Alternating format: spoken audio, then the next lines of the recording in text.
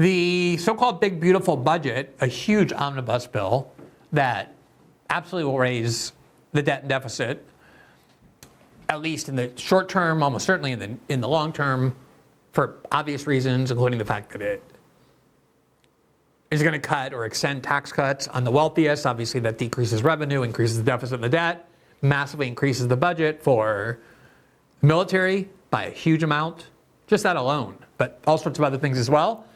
And the odd part about, or the notable part about the big, beautiful bill is that President Trump, from the moment he got into office, started talking about the need to cut the Pentagon budget, which is consistent with MAGA's long-term grievance toward the military-industrial complex, toward its bloated nature. Probably know all the statistics. The United States spends 3 times more than the next highest spender on military, which is China. Even though China is starting to have a fair amount of equality in terms of military prowess, even in some areas technologically exceeding the US. But it also spends more than the next 15 countries combined. 15 countries combined. And the Defense Department can't pass an audit, has no idea where this money is going. And for that reason, Donald Trump, from the time he got into office, started talking about the need to cut military spending. He even talked about cutting it in half if he could get a deal with China and Russia to do so. Here's what he said on February 12th. One of the first meetings I want to have is with President Xi of China, President Putin of Russia, and I want to say, let's cut our military budget in half. And we can do that. And I think we'll be able to do it. So things we'll be able to do it. I don't think we're there yet, given that he now wants to increase it by a couple $100 billion, if not more. In mid-February, too, this is when Doge was unleashed. A lot of conservatives were very excited about cutting massive amounts of government spending. Doge ended up cutting relatively very little, not even the amount that Trump wants to raise military spending by. But at the time, it was understood that Doge would have to target the Pentagon. You'd have to cut immensely at the Pentagon if you wanted to make any real headway in cutting government spending and lowering the debt and the deficit. Here from NPR, mid-February, February 14th, exclusive report that, it's an exclusive report that right before the Hegseth memo, which we'll show you, it said, quote, Elon Musk's team is expecting to target the Pentagon soon, pledging cost cuts. Quote, members of Elon Musk's government efficiency team are poised to arrive at the Defense Department in the coming days. Officials tell NPR that Doge has a target of cutting 8% from next year's budget. Cutting 8% from the next year's military budget. The officials were not authorized to speak publicly and provided details on condition of anonymity. Targets will likely include the workforce, which Defense Secretary Pete Hegseth already said has grown too much. Quote, we won World War II with 7 four-star generals, Hegseth said during his confirmation hearing. Today we have 44.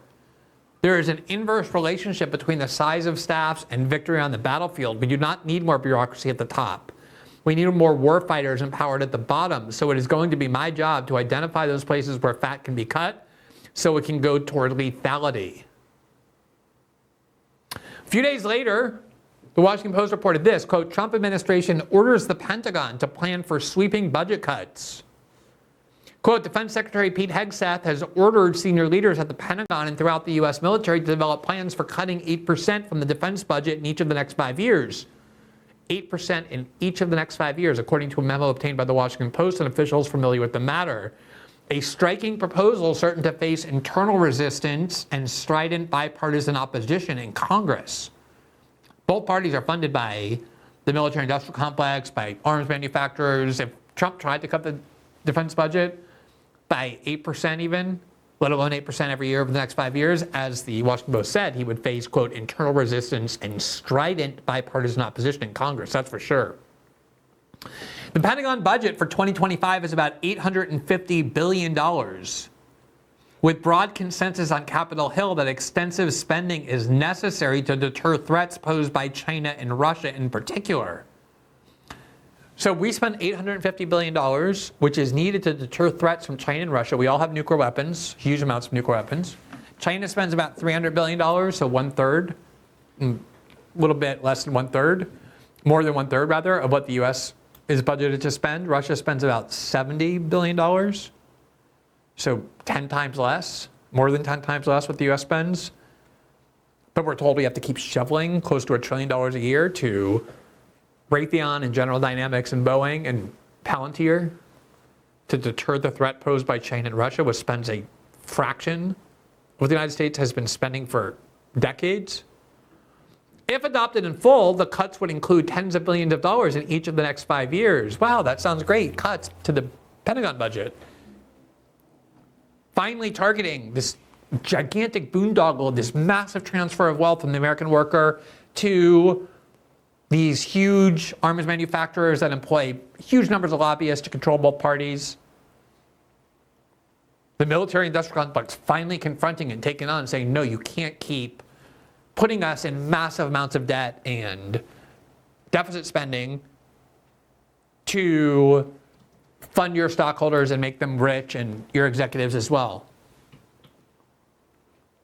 From the Hill, February 7th, this is going on at the same time. Lindsey Graham unveils a budget plan to beef up border security and defense. Quote, Senate Budgetary Committee Chair Lindsey Graham, Republican of South Carolina, on Friday unveiled a 61-page budget resolution that would lay the groundwork for the Senate to pass a special budget reconciliation bill that would provide $175 billion to secure the southern border and $150 billion to beef up national defense. Quote, to those who voted for and support real border security and a stronger defense in a troubled world, help is on the way, Graham said in a statement. Oh, we were very vulnerable before. We were only spending $850 billion on our defense. Don't worry, says Lindsey Graham, we're increasing that. Help is on the way.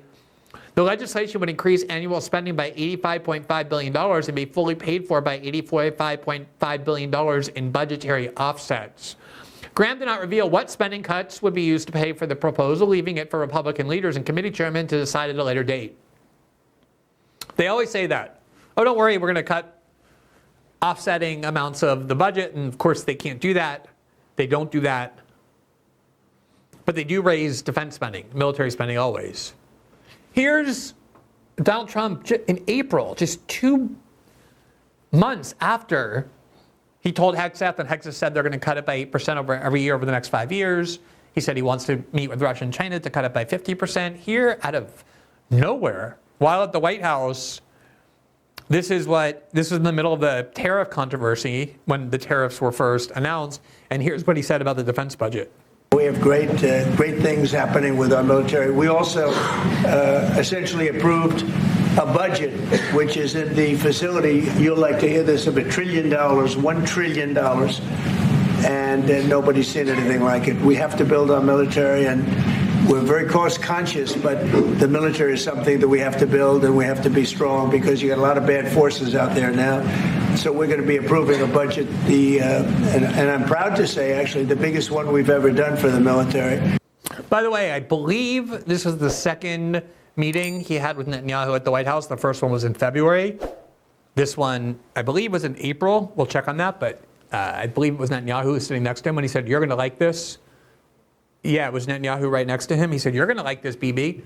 We're raising our defense budget to $1 trillion a year, the first ever in human history. So more for you, Bibi. And Bibi smiled. Trump was very proud to say it in front of Netanyahu. He even said, you're going to like this. Why would Netanyahu like it? Why would Netanyahu care? It's because a lot of it goes to Israel. Here from the Office of Management and Budget, May 2nd, 2025, major discretionary funding changes. This is, it's a letter to Susan Collins from the OMB. Quote, Dear Chair Collins, cutting such spending from the discretionary budget leads to significant savings. The president is proposing base non-defense discretionary budget authority, $160 billion, 22.6% below current year spending, while still protecting funding for Homeland Security, veterans, seniors, law enforcement, and infrastructure. Over 10 years, this restraint would generate trillions in savings necessary for balancing the budget. At the same time, the budget proposes unprecedented increases for defense and border security. For defense spending, the president proposes an increase of 13% to $1.01 trillion for fiscal year 2026.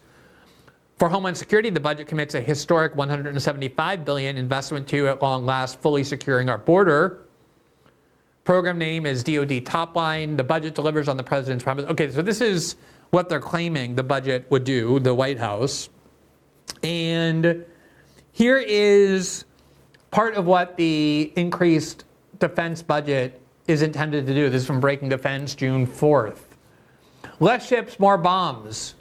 Senate unveils its version of the $150 billion defense reconciliation package. Quote, the Senate Armed Services Committee version of the $150 billion defense reconciliation bill roughly mirrors the House version, but makes spending adjustments to key areas like shipbuilding, nuclear modernization, and munitions. Quote, the House and Senate are very, very close in the provisions, said Chairman Roger Wicker, Republican of Mississippi, during a Defense Writers Group event this morning.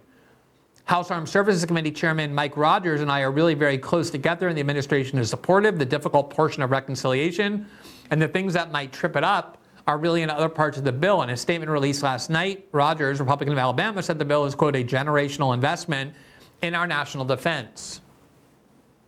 Here from the New York Times, June 30th, it's a breakdown of the increases of where they would go, and you see all of these items here, $28 billion, $24 billion, $23, $15, $15, it goes in descending order. Things like shipbuilding, munitions, defense industrial base, air and missile defense, military readiness. So basically exactly what's been happening for the last 40 years. The military industrial complex grows and grows and grows. After we're always promised that it will finally slow down because we're basically paying for it by borrowing from China. That's how we fund this military. We're somehow doing it to protect ourselves from China while borrowing money from them to build it up. You'll never guess who is one of the main beneficiaries of this massive increase in military spending. From the Street, May 27th, Palantir gets great news from the Pentagon. I'm so surprised that Palantir, co-founded by Peter Thiel, that people like Alex Karp and Joe Lansdale, we did a whole show on Palantir, its key role in the surveillance state, how it integrated into the Trump administration during the transition, even though most of them didn't really support President Trump until it became apparent that he was going to win. Put a lot of money into PACs for President Trump's campaign, and you'll never guess, you'll be so surprised, they have great news from the Pentagon. Quote, Palantir's progress has been largely driven by its lucrative defense contracts, including a $30 million software deal from ICE, but the company recently revealed something else that indicates demand for its services is still rising.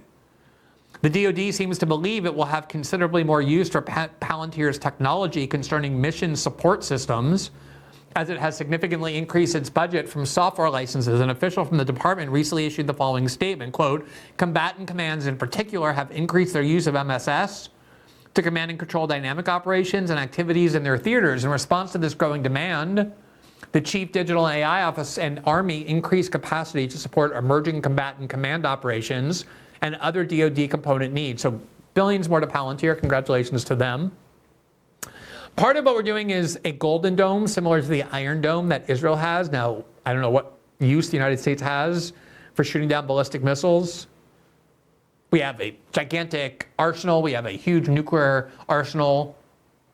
Nobody has shot ballistic missiles at the United States before, but Trump has an idea that we're going to build a huge, massive Golden Dome, way, way, way bigger than the Iron Dome. Obviously, the United States is much, much bigger. From Market Watch, May 21st, Trump's Golden Dome missile defense system could be a boon to these companies.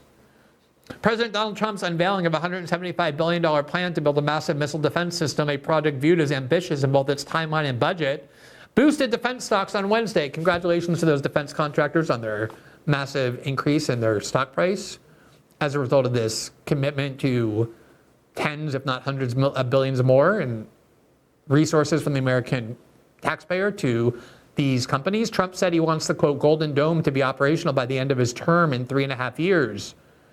The price tag partially funded in the administration's big, beautiful tax and spending bill, which is yet to pass, was higher than Wall Street expectations. L3Harris is likely to benefit the most from Golden Dome, Herbert said. The Melbourne, Florida tech company and defense contractor recently made a $125 million investment to expand its factory in Fort Wayne, Indiana, as it was already eyeing Golden Dome opportunities. Raytheon, which is now RTX, and Lockheed Martin are also, quote, well positioned to take share given their integrated and strategic missile defense systems. Privately held aerospace company and defense disruptor SpaceX and defense tech startup Anduril Industries would also get a boost. So congratulations to everybody there.